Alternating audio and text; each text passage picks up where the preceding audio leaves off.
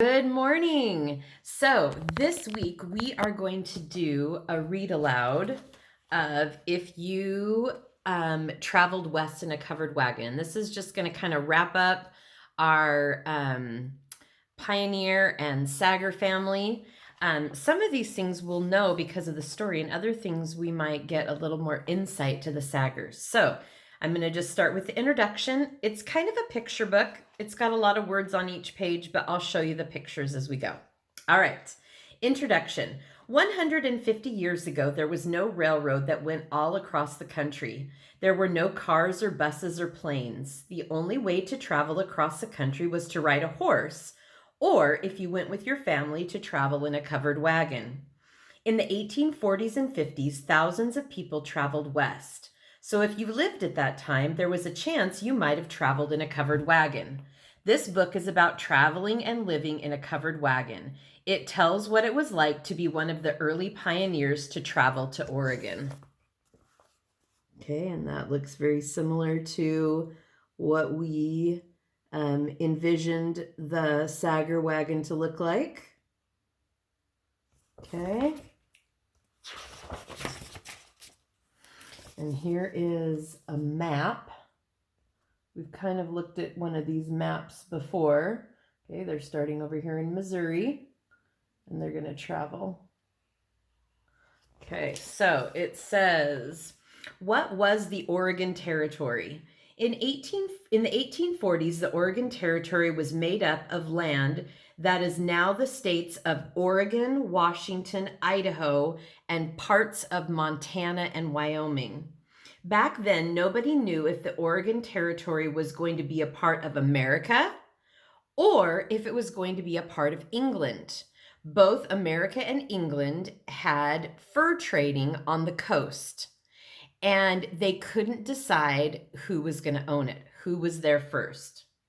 So both countries had built forts in the territory. At the forts, trappers and Indians sold animal furs and skins such as beaver, marten, muskrat, and bought tools and supplies. America and England had an agreement that Oregon would belong to the country that could get more of its people living in the new land. So, to make Oregon part of America, many Americans had to go there to live. Oregon finally became a state in 1859. So they signed an agreement that whoever had the most people in that territory by a certain time, I think, then that's the country that would occupy or get that land. So there was a big push for people to travel over here, and so it could become part of Oregon. Part of America. Okay, why did some people want to travel all the way to Oregon? Back in the 1840s, you heard about faraway places by reading newspapers or hearing stories told by visitors who came from distant places. This is how people learned of a land on the other side, the west side of the Rocky Mountains, a land called Oregon. Stories about Oregon made it sound like a magical place. Didn't Papa think that Oregon sounded like a magical place? Flowers bloomed all year. The land was good for farming, and there was plenty of land that you could get for free. There were tall trees and big forests and rivers and streams filled with fish. So the very name Oregon made people think of starting new adventures. What was a covered wagon? A covered wagon was a wagon with a white rounded top made of cloth. The cloth was called canvas and was rubbed with oil to make it waterproof. Remember the Sagers? Theirs didn't end up being completely waterproof and it got all moldy. It was stretched over big wooden hoops that were bent from one side of the wagon to the other.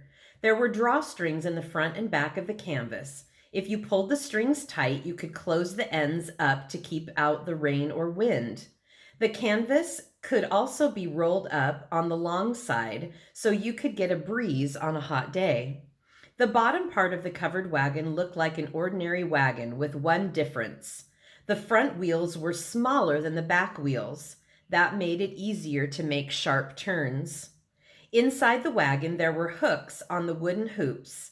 On them, you could hang milk cans, guns, bonnets, spoons, dolls, jackets, and anything else there was room for. Underneath the wagon, between the back wheels, there was a hook with a bucket full of grease hanging down from it. The grease was rubbed on the wheels so that they would turn smoothly.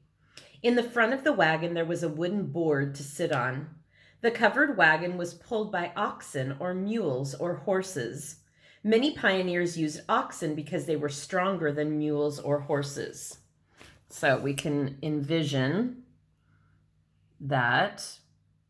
Okay, so we've got the bucket of grease down here to grease the tires. They would hook things on the sides. Okay, here's the cover they could pull. And then remember they had their oxen. This wooden part that hooks them together is called the yoke. They're yoked together and they would pull. Oxen were much slower than horses or mules, but they were much stronger so they could go for longer distances. Covered wagons were also called prairie schooners. Can you guess why? A schooner is a boat that sails on the sea. The big white canvas cover on the wagon looked like a huge sail, and the grass was tall enough to hide the wheels. The wagon looked like a big sailboat across the grassy green waves. So you can kind of see if it hid the wheels, it kind of looked like it was on the water.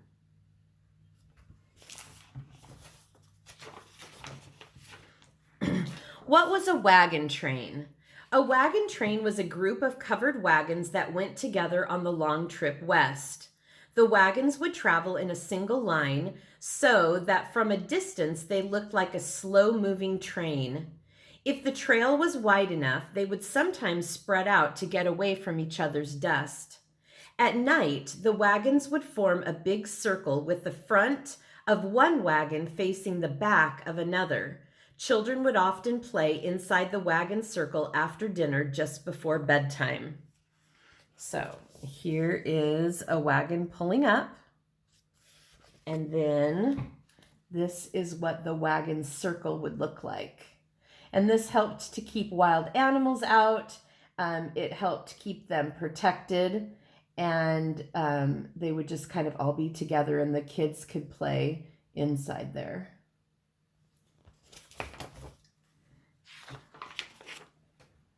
Did anybody lead the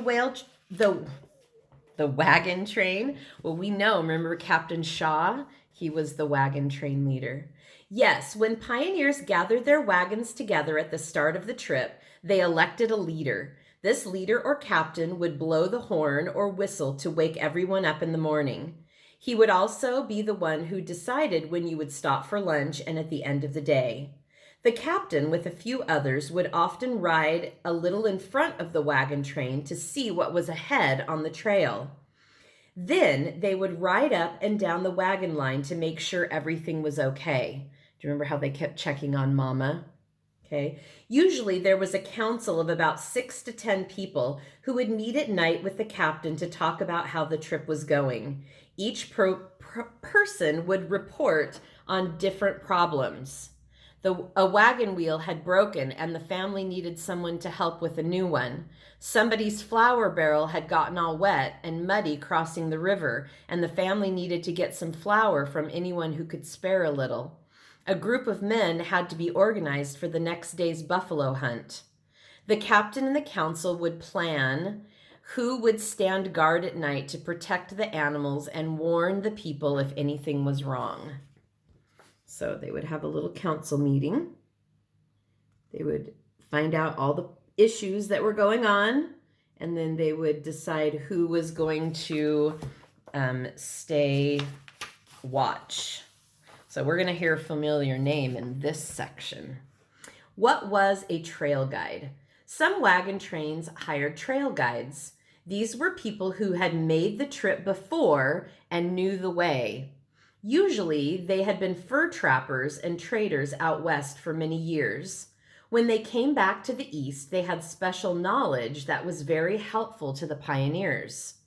These guides would know the best places to cross the rivers. They knew how far you had to travel and how much more you had to go. And they taught the pioneers some of the tricks of the trail, which you will read about in this book on page 73. So we'll get to the tricks of the trail. So they might have a trail guide or someone who was on the horse in front of them leading the way. Some of the guides even wrote books about how to travel west. This meant that the captain and the council of the wagon train could study the guidebook and learn about the best way to go. One of the most famous guides was a man named Dr. Marcus Whitman. We know him. He was a doctor and a missionary. He and his wife Narcissa built a home in the Oregon Territory. If you look at the map on page 7, you will see where they lived. I'll go back there in a second. Dr. Whitman was a trail guide for the first big wagon train to Oregon in 1843. It was made up of about 120 wagons. Because he had made the trip before, he was very helpful to the pioneers who were going for the first time. Dr. Whitman believed that the wagons could go over the mountains in Oregon. No covered wagons had ever gone across those mountains before, but the pioneers trusted Dr. Whitman, and they made it. All right, so if we go back to page 7 and the map, and we look closely right here at Washington, we can see, oh, I gotta get that focused. There we go. You can see the Whitman mission right there along the Columbia, right by Walla Walla. So he led some people all the way across and even across those mountains. All right, my friends, that is our reading for today. We will read, I'll read just little sections of this book each day. It will only take until Friday to finish it. And then on Monday of next week, we will start our Super Fudge book. I don't see it right now, but we will start our fudge book. So that should be fun. All right, Oregon, pioneers, you got this.